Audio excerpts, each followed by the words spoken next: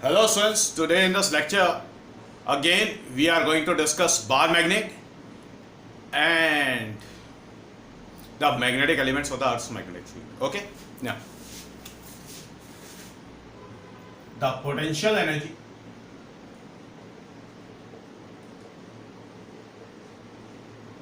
stored in the bar magnet.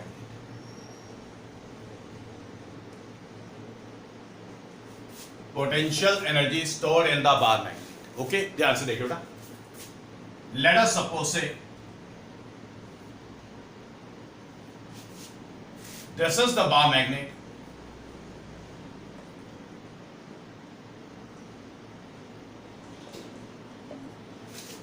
This is the bar magnet.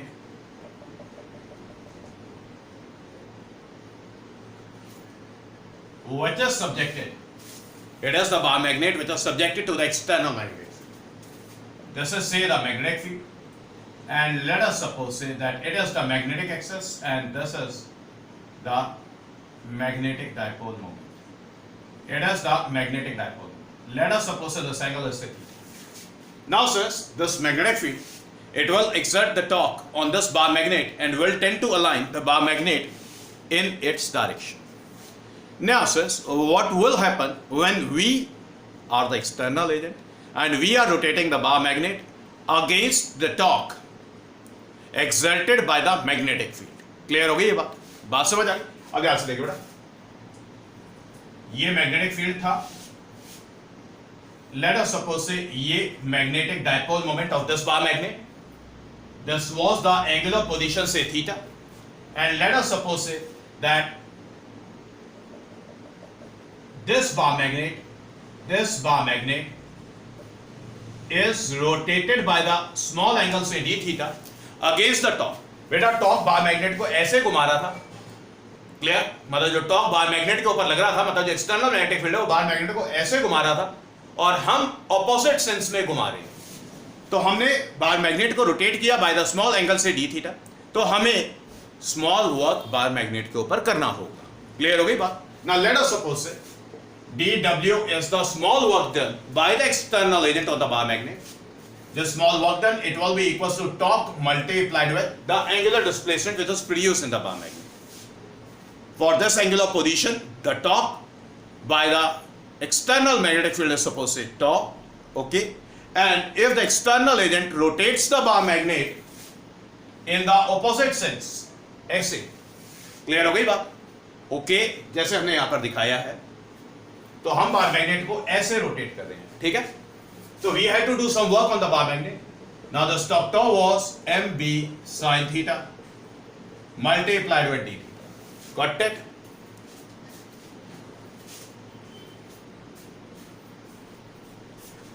Okay. Now this dw can be written as say mb sin theta multiplied with d theta. Now it is the expression for the small work done when we are rotating the bar magnet by the small angle say d theta. Now what will happen? पहले बेटा जल्दी से इसको copy कर ले. Now what will happen when we are going to rotate the bar magnet from any one angular position to some other angular position? For example, let us suppose say this is say the external magnetic field, और बेटा ये magnetic dipole moment of the bar magnet. Late us suppose से theta equals to से theta 1 is the first angular position. It is the initial angular position.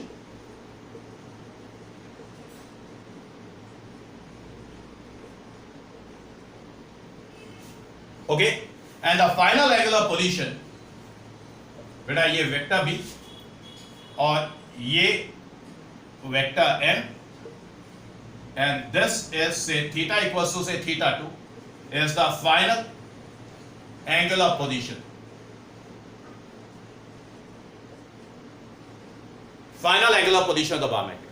तो बेटा बार magnet का angular position change करना है by any amount, तो since we have to do some work on the bar magnet. Clear? ये शायद copy हो गया है.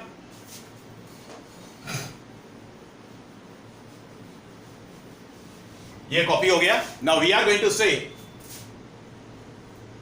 that let us suppose say W be the total work done in rotating the bar magnet from angular position theta 1 to theta 2. So this W is written as, it can be obtained by integrating this expression within the proper limits, and the limits they are mb sin theta d theta from theta 1 to theta 2. बेटा ये बात समझ आ गई. So this W is written as say mb integral of sin theta from say theta 1 to theta 2. So this W is written as mb multiplied with minus cos theta from theta 1 to theta 2. So this W is written as say mb, this W is written as say negative of mb cos theta 2 minus cos theta 1. बेटा ये बात समझ आ गई. ये important expression है, numericals में use होगा. बेटा जब कभी भी आपको वर्क डन कैलकुलेट करना हो in rotating the bar magnet from any one angular position to some other angular position or from initial angular position to some final angular position, तो हमेशा आपने ये एक्सप्रेशन यूज करना है. समझ आ गई बात. अब बेटा ये जो वर्क डन है, this work done, it will appear as the potential energy stored in the bar magnet. Clear? Now this work done will appear as the potential energy stored in the bar magnet. जल्दी से copy करें.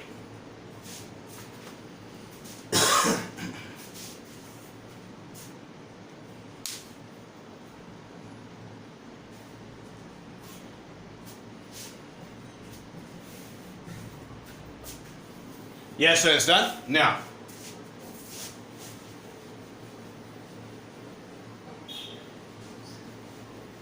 let us suppose say that U, capital U, be the potential energy,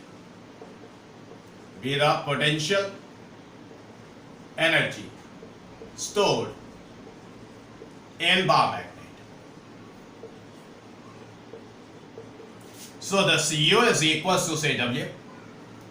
The CU is written as negative of mb cos theta 2 minus cos theta 1.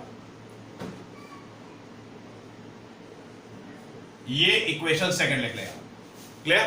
बेटा potential energy stored निकलवाए numericals में.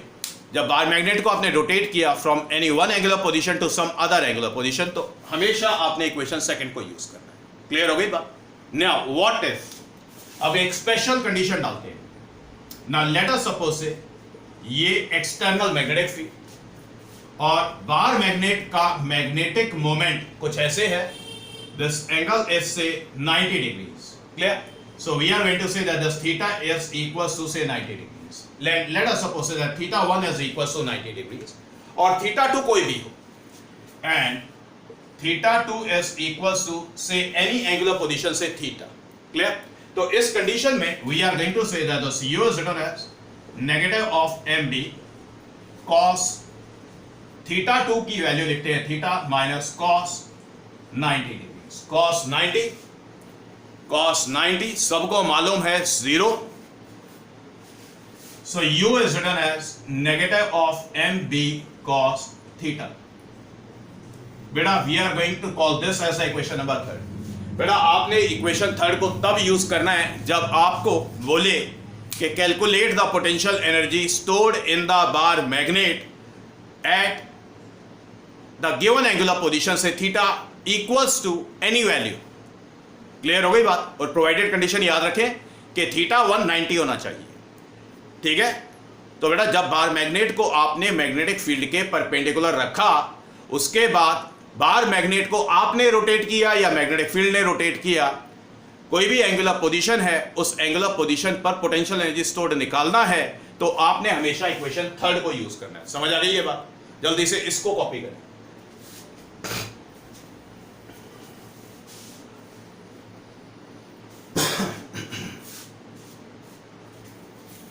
Yes, so it's done. Yeah.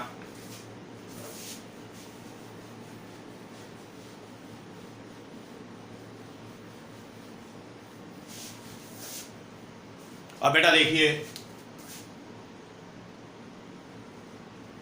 now the CU is written as negative of vector m dot vector b. क्यों? क्योंकि potential energy scalar quantity है। बात समझ आ गई?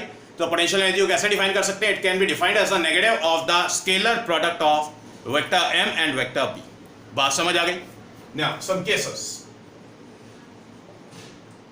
Case first is suppose say the theta equals to say 0 degrees. Theta equals to 0 degrees. Then what will happen? Cos 0 is equals to 1. The potential energy will be minimum and it will be negative of LV. बात समझ आ गई? Now case again. If suppose say the theta is equals to 90 degrees, then cos 90 is equals to 0. The potential energy will be 0. Clear? Case third. If suppose say the theta equals to 180 degrees, then cos of 180 degrees is equals to minus 1 and the potential energy will be maximum. And the maximum value it will be mv. बात समझ आ गई? यहां पर बेटा capital M pole strength, sorry, capital M is the magnetic dipole moment of the bar magnet. Vector M is the magnetic dipole moment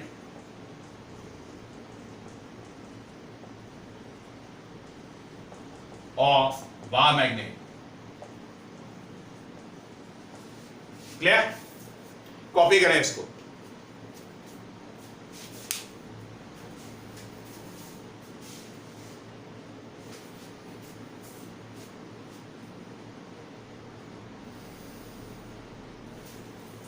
Yes, sir, it's done. Yeah.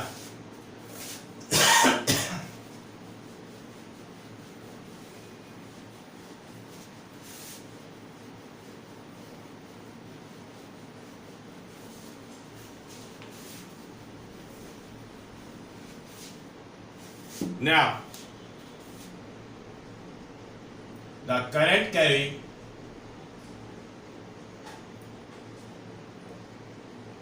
circular coil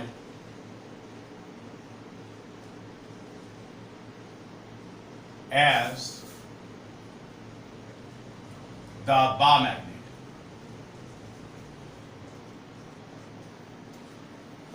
अब बड़े ध्यान से सुनिए बेटा, circular coil as the bar magnet का मतलब क्या हुआ?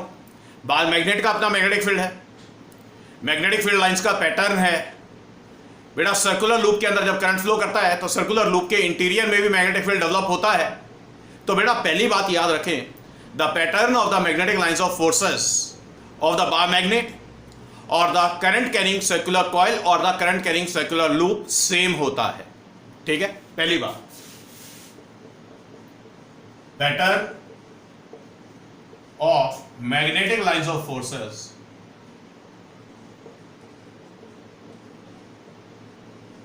lines of forces of the bar magnet and the current carrying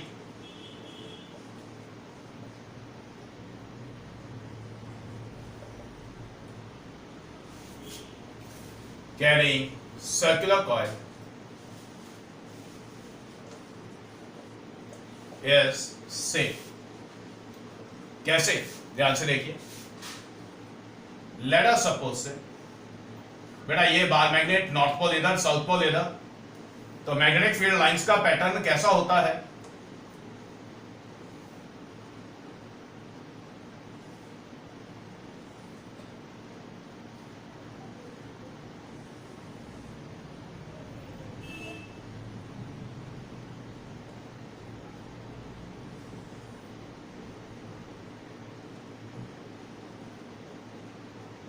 magnetic field lines का पैटर्न कुछ ऐसा होता है। In the interior of the bar magnet, the magnetic lines of forces they are running from south pole to north pole and in the exterior of the bar magnet they are directed from north pole to south pole. Clear? अब ध्यान से देखिए, let us suppose say बेटा it is the current carrying coil, बेटा current I flow कर रहा है, पल्ले पड़ी बात। अब यहां पर भी जो मैग्नेटिक फील्ड लाइंस का पैटर्न है, यहां पर भी जो मैग्नेटिक फील्ड लाइंस का पैटर्न है स्टूडेंट्स, वो कुछ ऐसा होता है।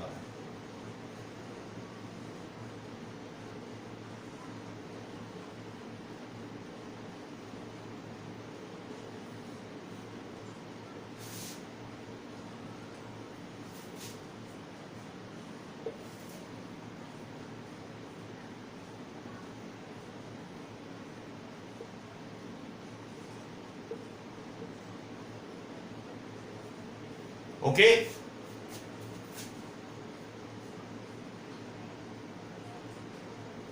ओके, तो मैग्नेटिक फील्ड लाइंस का पैटर्न दोनों का ऑलमोस्ट सेम होता है। तो स्टूडेंट्स अब ये देखिए, बार मैग्नेट का मैग्नेटिक डायपोल मोमेंट होता था the magnitude of the pole strength multiplied with the length of the bar magnet. यहां पर करंट कैरिंग सर्कुलर कॉइल का magnetic moment, it depends on the current flowing through the coil and the area vector of the circular coil. Now vector m is say the magnetic moment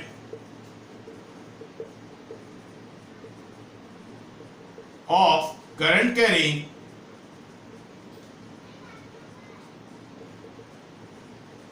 circular coil. Okay, now students,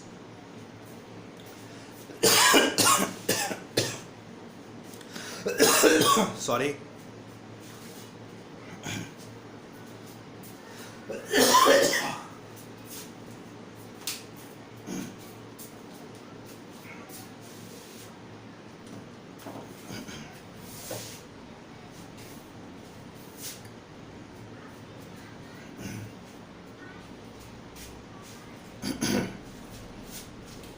students पहले आप इसे copy करें।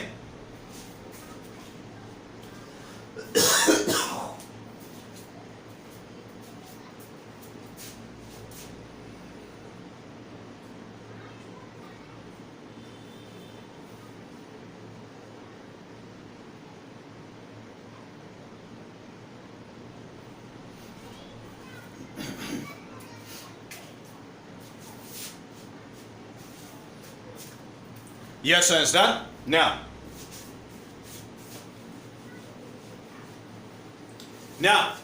the magnetic dipole moment or the magnetic moment of the current carrying circular coil or the circular loop in magnitude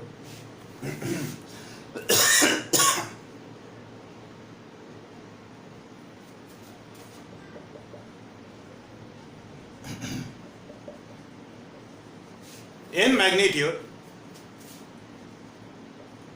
this vector m, the magnetic dipole moment, the magnitude of the magnetic dipole moment is found to be directly proportional to the current. It is found to be directly proportional to the current flowing through the circular coil. The magnetic dipole moment in magnitude is found to be directly proportional to the area vector. The magnitude of the area vector of the circular coil. बड़े ध्यान से देखिए बेटा, area vector mark कैसे करना है। Let us suppose से ये सर्कुलर कॉइल है, इट कैरीज द करंट से I। बेटा सर्कुलर कॉइल का जो मैग्नेटिक फील्ड का डायरेक्शन है दैट इज सपोज से वेक्टर B। तो बेटा एरिया वेक्टर आपने हमेशा मैग्नेटिक फील्ड वेक्टर के अलोंग मार्क करना है। कैसे मार्क करना है? Area vector of the circular coil हमेशा मैग्नेटिक फील्ड वेक्टर के अलोंग मार्क होगा। क्लियर हो गई बात? बेटा इन दोनों पैरामीटर्स के ऊपर, करंट पर और magnitude of the area of the circular coil पर डिपेंड करता है magnetic dipole moment of the current carrying circular coil. तो दोनों पैरामीटर्स को फ्यूज करते हैं। So this vector m is written as say I multiplied with this vector A। Proportionality sign हटाकर proportionality constant लगाना है। So it is equal to capital N into I into say vector A। बेटा यहां पर capital N क्या होगा? This capital N it will be the total number of turns in the circular coil. Number of turns in the circular coil।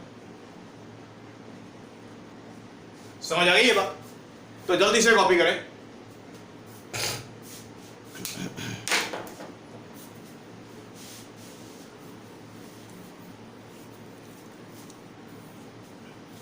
Done? Okay, अब बड़े ध्यान से सुनिए।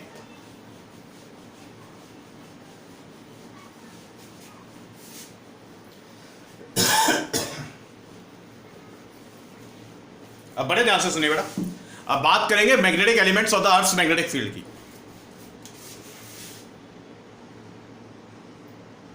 Magnetic elements of earth's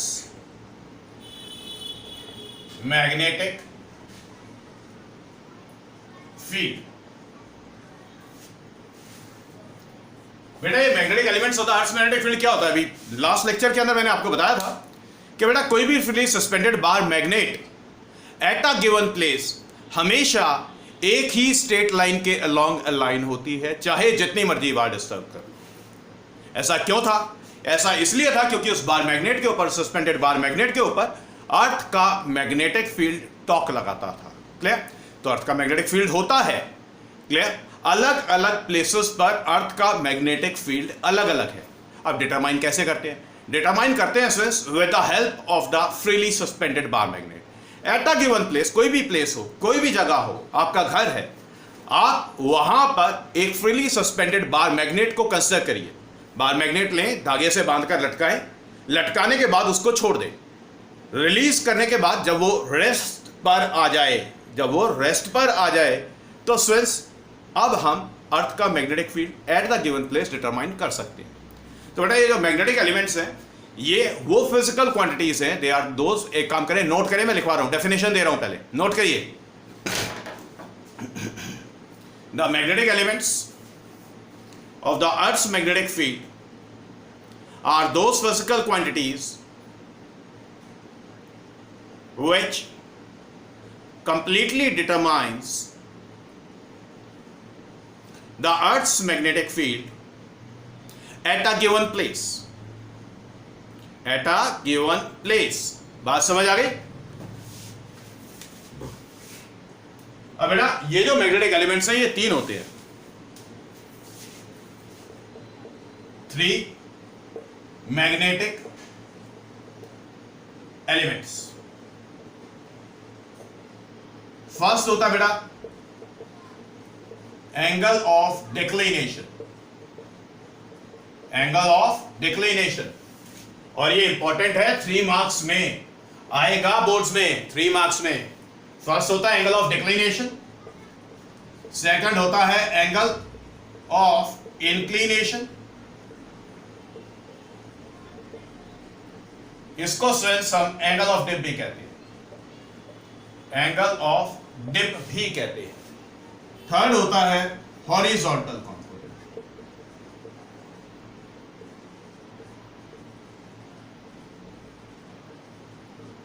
of earth's magnetic field.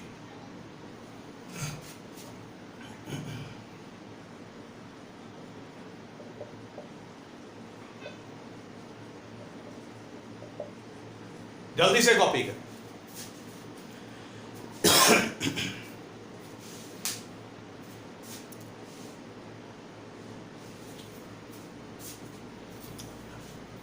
Done? अब बेटा बारी बारी angle of declination, angle of inclination और हॉरिजॉन्टल कंपोनेंट को डिस्कस करना है। क्लियर? अब ध्यान से सुनिए।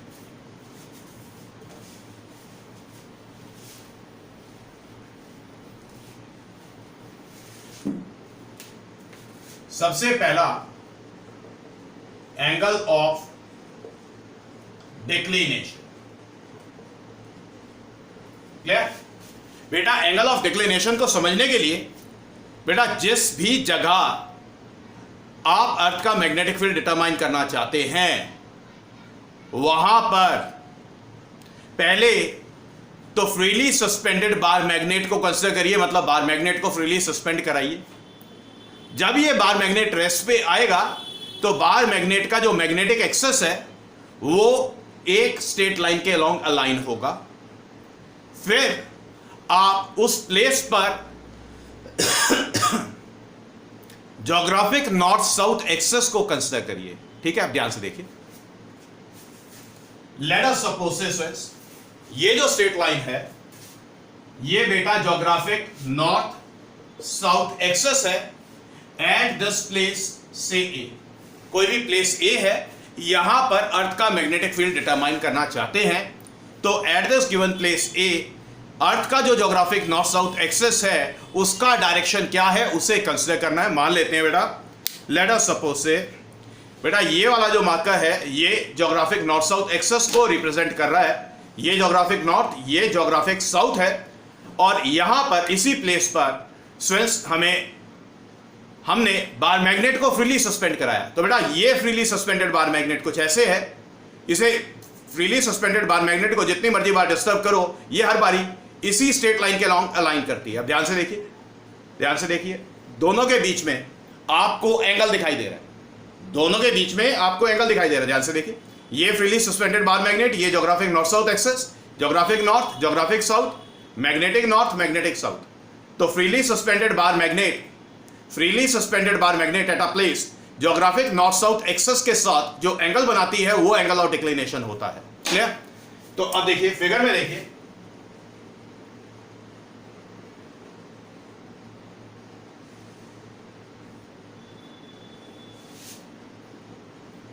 यहां पर मैग्नेटिक नॉर्थ और ये magnetic south. Late us suppose से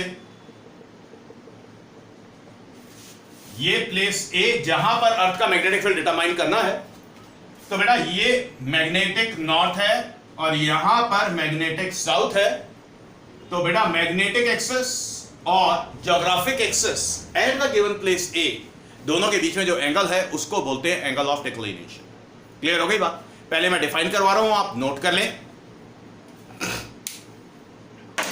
the angle of declination eight a given place can be defined as the angle between the magnetic axis, या फिर magnetic axis मत लिखिए पहले, the angle of declination at a given place can be defined as the angle between the geographic north-south axis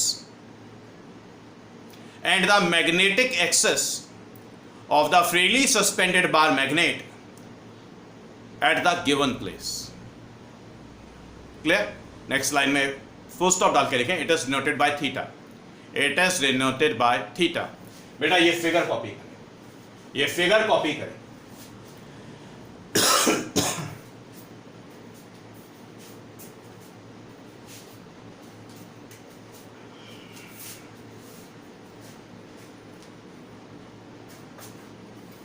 हो गया भाई, हो गया। अब ध्यान से सुनिए, अब बात करेंगे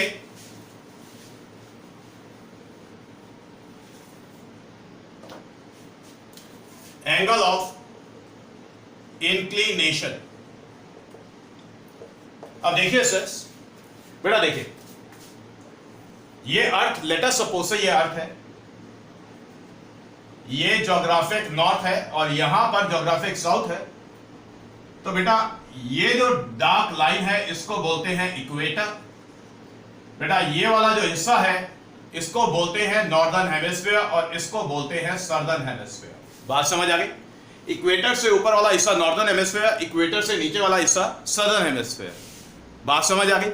क्लियर? अब लेट अस सपोज से अब बात करेंगे एंगल ऑफ इंक्लिनेशन की। देखिए आप सदर्न हेमिस्फीयर में, नॉर्दर्न हेमिस्फीयर में कहीं पर भी हैं, जब आप बार मैग्नेट को फ्रीली सस्पेंड करते हैं, लेट अस सपोज से it is the bar magnet, और इस बार मैग्नेट को हमने फ्रीली सस्पेंड करना है। तो बार मैग्नेट को जब भी फ्रीली सस्पेंड करेंगे तो आप ऑब्जर्व करेंगे कि ये बार मैग्नेट हॉरिजॉन्टल नहीं है, ये बार मैग्नेट हॉरिजॉन्टल नहीं है eight that particular place, provided कि आप नॉर्दर्न हेमिस्फीयर में है या सदर्न हेमिस्फीयर में है।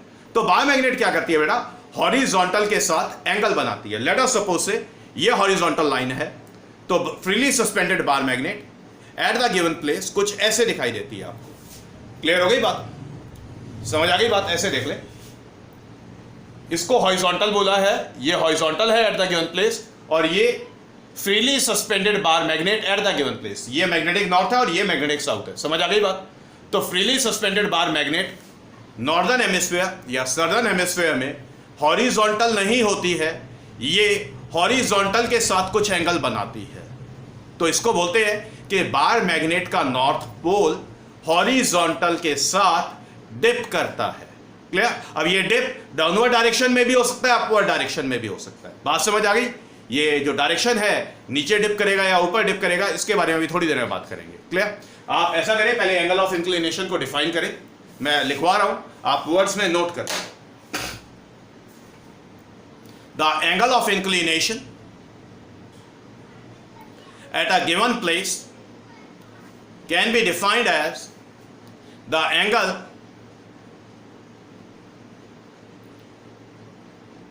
which the freely suspended bar magnet makes with the horizontal at the given place। बात समझ आ गई? अब ध्यान से देखिए बेटा, बोर्ड पर देखिए बेटा। लेट अस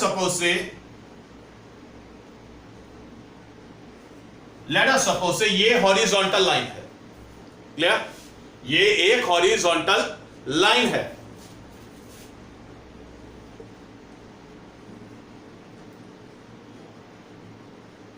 ये नॉर्थ पोल है और ये साउथ पोल है बार मैग्नेट का। क्लियर? तो बेटा ये डॉटेड लाइन मैग्नेटिक एक्सिस हो गया फ्रीली सस्पेंडेड बार मैग्नेट का। ये हॉरिजॉन्टल लाइन है एट प्लेस से ए। बेटा प्लेस का नाम देते हैं से ए।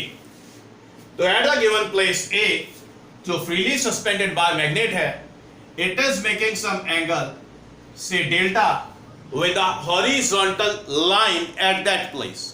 तो बेटा ये जो एंगल है इसको एंगल ऑफ डिप बोलेंगे। This delta is the angle of dip, angle of dip at place A. Clear हो गई बात? अब बेटा हमें कैसे पता लगता है कि हम नॉर्दर्न हेमिस्फीयर में या सदर्न हेमिस्फीयर में? बेटा ये जो फ्रीली सस्पेंडेड बार मैग्नेट का नॉर्थ पोल है, इसका टेंडेंसी है कि ये हमेशा अर्थ सरफेस की तरफ पॉइंट आउट करेगा। या फिर ये कहते हैं कि बेटा अगर एंगल ऑफ डिप तो हमेशा एक्यूट होने वाला है।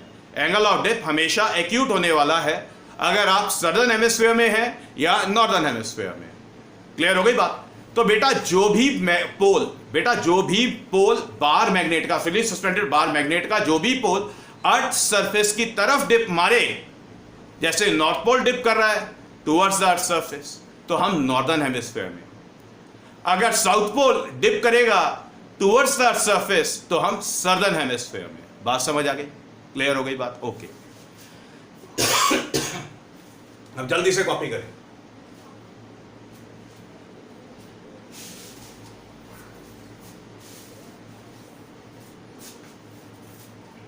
Done?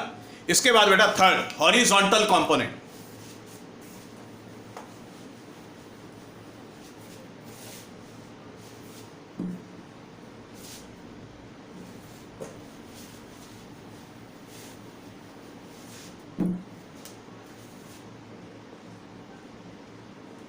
Horizontal component.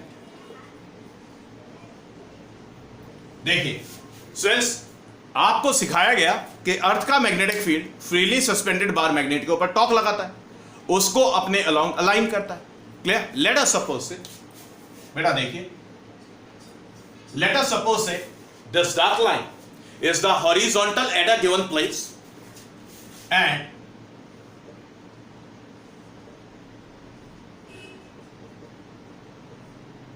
it is the freely suspended bar magnet at that given place। तो बेटा बार मैग्नेट अगर इस direction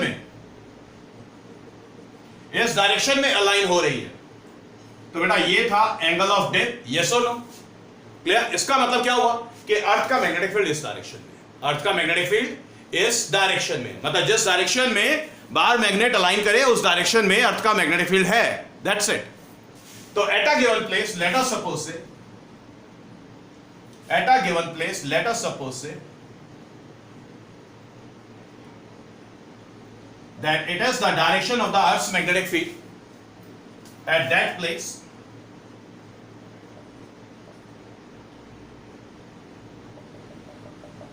and this dotted line is the horizontal at that place. तो बेटा ये एंगल ऑफ डेल्टा था, तो हॉरिजॉन्टल कंपोनेंट क्या हो गया? The component of the earth's magnetic field along the horizontal at the given place. Let us suppose हम place A की बात कर रहे हैं, तो at the given place A, at the given place A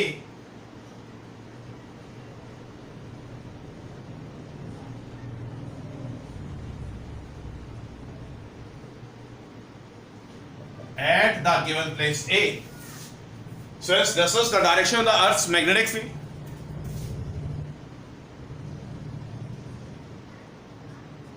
and vector H is say the horizontal component. Clear हो गई ये बात? तो बेटा horizontal component क्या हो जाएगा? This H it will be equals to B cos delta. It will be B cos delta. आप एक काम करें, पहले horizontal component का definition दे रहा हूं, नोट कर लें आप. लिखिए, the component of the earth's magnetic field, the component of the earth's magnetic field along the horizontal at the given place is called horizontal component, is called horizontal component. ठीक है students, पहले ये वाला figure copy करें, उसके बाद ये वाला फिगर कॉपी करें, जल्दी से कॉपी करिए. ओके, अब ध्यान से देखिए, हॉरिजॉन्टल कंपोनेंट के साथ न्यूमेरिकली स्टूडेंट्स आपको वर्टिकल कंपोनेंट भी देखना होता है. तो at a given place let us suppose से पहले हम एक काम करते हैं,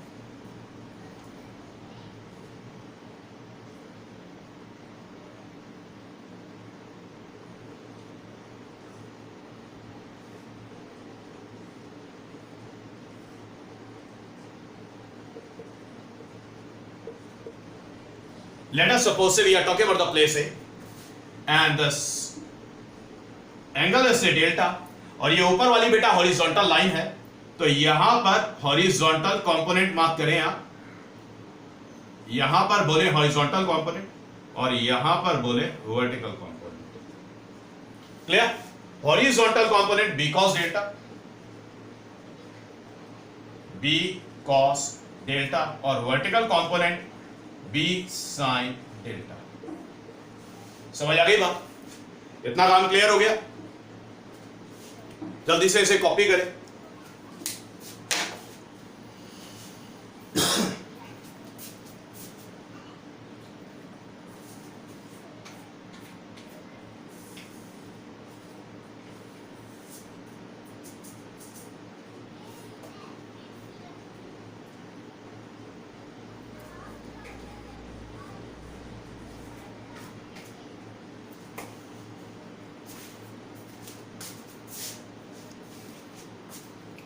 Yes, sir, it's done. Now,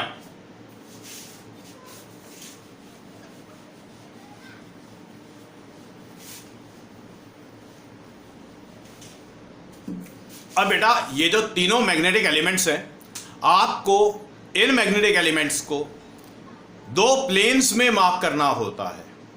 एक होता है ज्योग्राफिक मेरिडियन और दूसरा होता है मैग्नेटिक मेरिडियन. तो समझे कि ज्योग्राफिक मेरिडियन क्या होता है.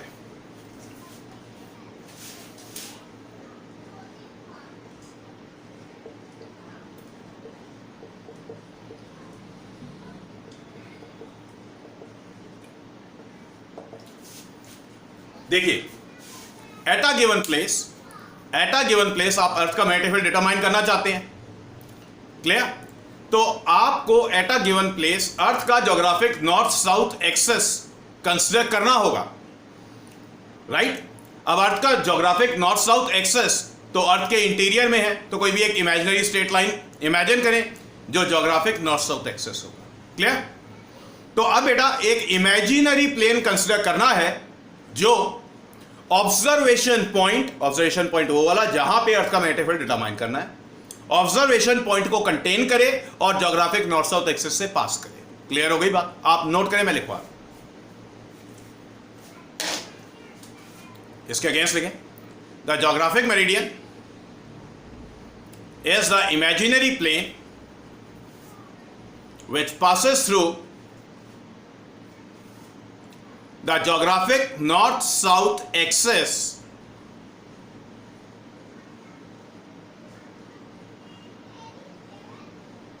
and contains the observation point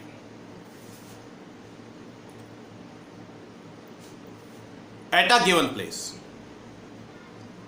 at a given place where the earth's magnetic field is to be determined, where the earth's magnetic field is to be determined। बात समझ आ गई? तो ज्योग्राफिक मेरिडियन समझ आ गया। तो एक प्लेन आपने कंसिडर कर लिया एट एनी, जैसे एट एनी गिवन प्लेस, किसी प्लेस पे अर्थ का मैग्नेटिक फील्ड डिटरमाइन करना चाहते हैं। नो डाउट अर्थ का ज्योग्राफिक नॉर्थ साउथ एक्सिस है, वो कहीं से तो पास हो रहा है। ऑफ कोर्स आपके नीचे जो ग्राउंड है उसके इंटीरियर में कहीं से तो पास हो रहा है। तो आप क्या करेंगे, आप एक प्लेन कंसिडर करेंगे eight a given place which will pass through the geographic north south axis. समझ आ गई बात? ओके। अब दूसरे नंबर पे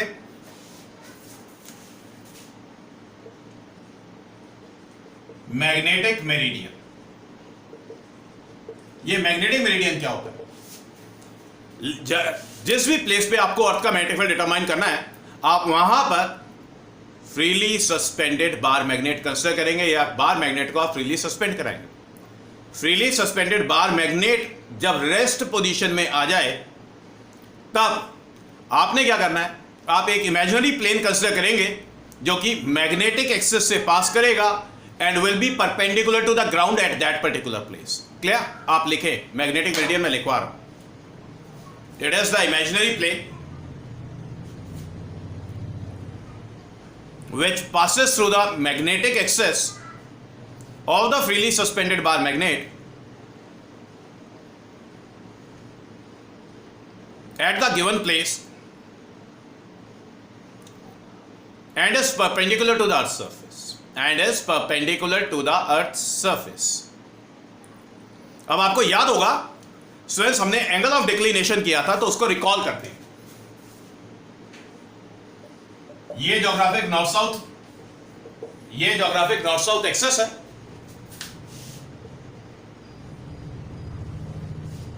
and let us suppose it as a freely suspended bar magnet, north pole यहां पर, साउथ पोल यहां पर। तो बेटा ये जो डॉटेड लाइन है ये मैग्नेटिक एक्सिस। समझ आ गई बात? अब बेटा मान लेते हैं कि प्लेस ए है जिसको मैंने डॉट से रिप्रेजेंट किया है, तो एट दिस गिवन प्लेस ए हमें अर्थ का मैग्नेटिक फील्ड डिटरमाइन करना है। ये एंगल थीटा दिखाई दे रहा है, क्लियर? तो बेटा ये एक प्लेन ऐसा कंसिडर करें, बेटा ये वाला जो प्लेन हो जाएगा, ये वाला जो प्लेन हो गया जो मैग्नेटिक एक्सिस से पास कर रहा है, जो मैग्नेटिक एक्सिस को कंटेन कर रहा है, इसको बोलेंगे मैग्नेटिक मेरिडियन। क्लियर? और ये दूसरा प्लेन, इसको बोलेंगे ज्योग्राफिक मेरिडियन। ये geographic meridian geographic north south axis को कंटेन करेगा। सिंपल सी बात समझ आ गई?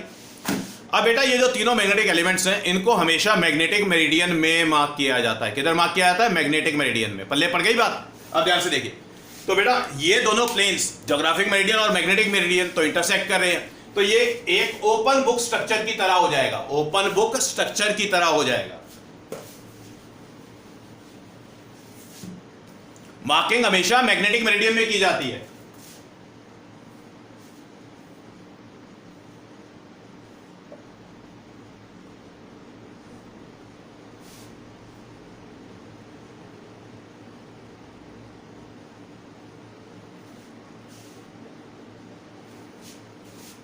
Let us suppose say the given places A, B, C, D, A B C D, ये जो plane A B C D दिखाई दे रहा है, is the magnetic meridian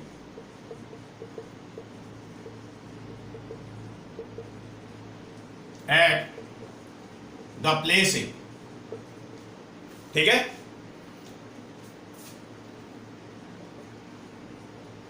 और बेटा ये वाला जो plane A E F D है,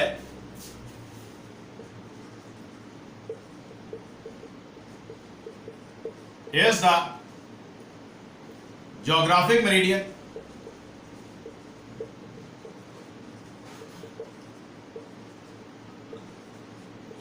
at the place A।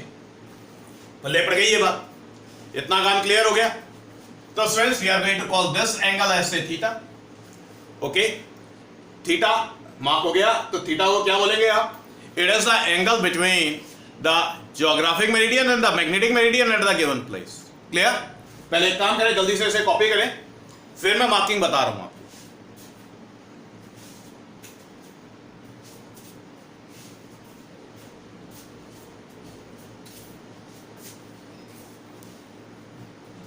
Yes, so it's done.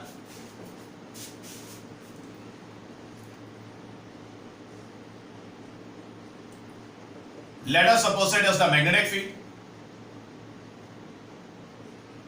Magnetic field at the given place, say A, and this angle is say delta, the angle of declination. Clear? इसके बाद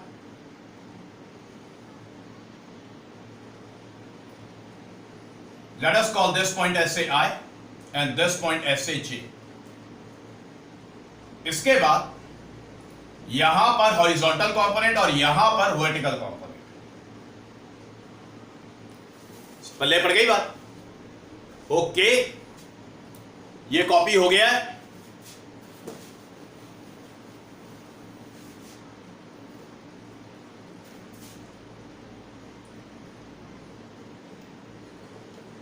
The angle theta is the angle between the geographic meridian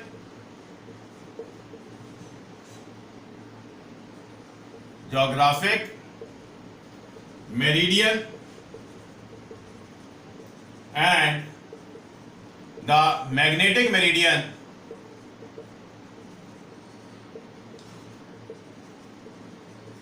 at the place say A. ठीक है? And is called angle of declination. And is called angle of declination. तो बेटा angle of declination को define कर सकते हैं। It can be defined as the angle between the geographic meridian and the magnetic meridian at the given place. बात समझ आ गई? कॉपी कर ले साथ साथ, पल्ले पड़ी बात? न्या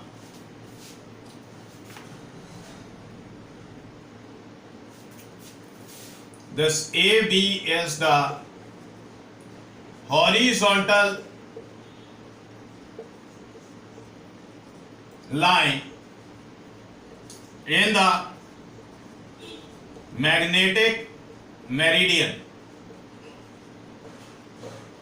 Okay, vector B is the Earth's magnetic field at the place A. Clear हो गई बात?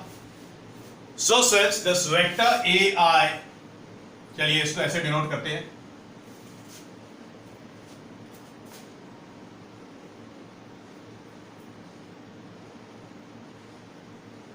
चलिए एक काम करते हैं सर, यहां पे मैं मॉडिफाई कर रहा हूं, यहां पे इसको J लिखते हैं और यहां पर इसको K लिखते हैं, इसको J लिखते हैं, इसको K लिखते हैं।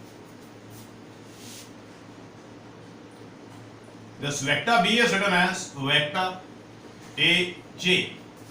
Okay, clear? And thus vector H equals to vector AI is the horizontal component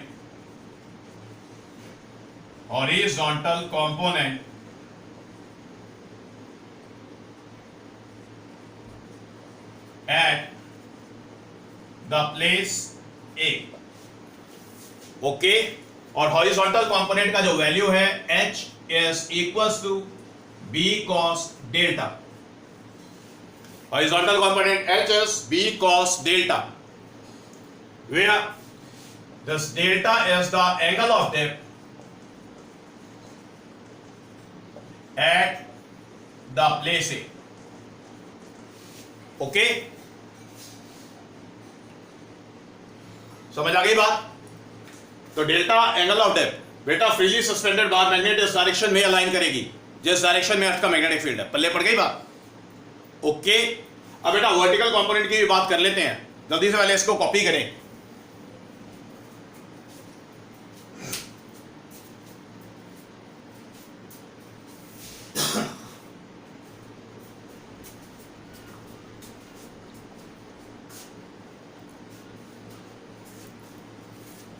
yes so it's done.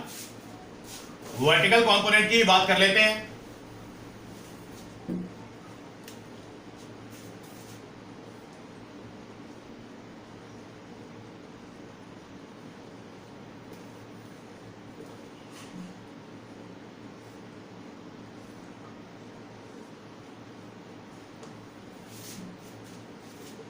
It is A, it is I, it is J, and it is a K. This vector AJ is the magnetic field, Earth's magnetic field. This angle is say delta, and it is say the horizontal component, and this is say the vertical component. Clear? Now, this vertical component is written as say vector AK, and this vertical component in magnitude is written as say B sine delta. Okay? Now there is a relationship between the horizontal component and the vertical component.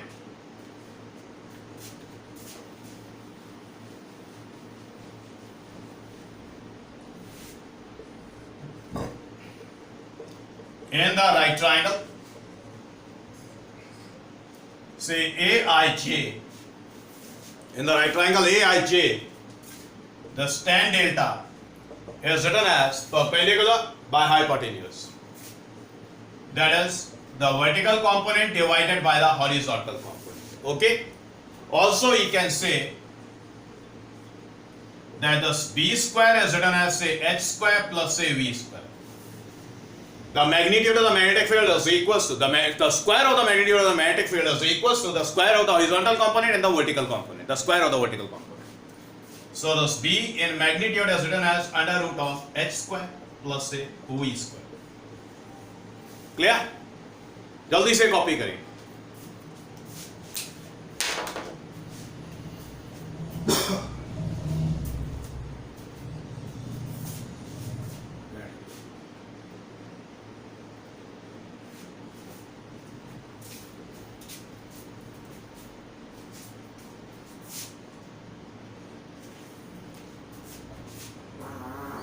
Yes, sir. Now,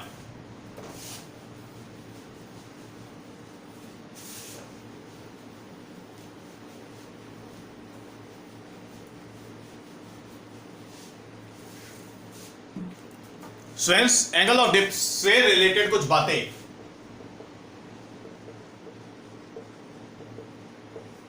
सबसे पहली बात याद रखें, at the poles पर angle of dip हमेशा 90 degree होता है। Clear हो गई बात? ओके, ठीक है। और at the equator angle of dip 0 degree होता है।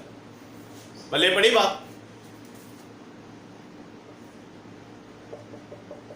लेट अस सपोज से ये नॉर्थ पोल है, ज्योग्राफिक नॉर्थ पोल, तो मैग्नेटिक एक्सेस या freely suspended bar magnet exactly vertical होगा। यहां पर नॉर्थ पोल होगा, यहां पर साउथ पोल होगा। तो बेटा जो मैग्नेटिक फील्ड लाइंस हैं अर्थ के मैग्नेटिक फील्ड की, they will be perpendicular to the ground. Magnetic lines of forces, they are the magnetic lines of forces of Earth's magnetic field.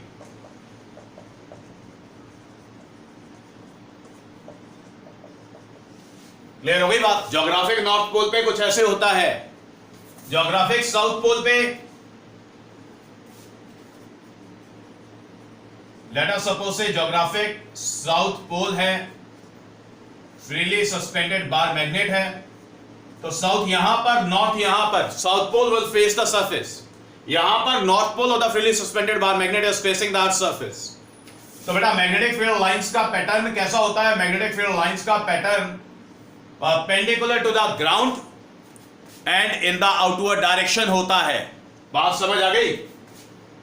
ये अर्थ का मैग्नेटिक फील्ड मार्क किया गया है। ओके, जल्दी से कॉपी करें।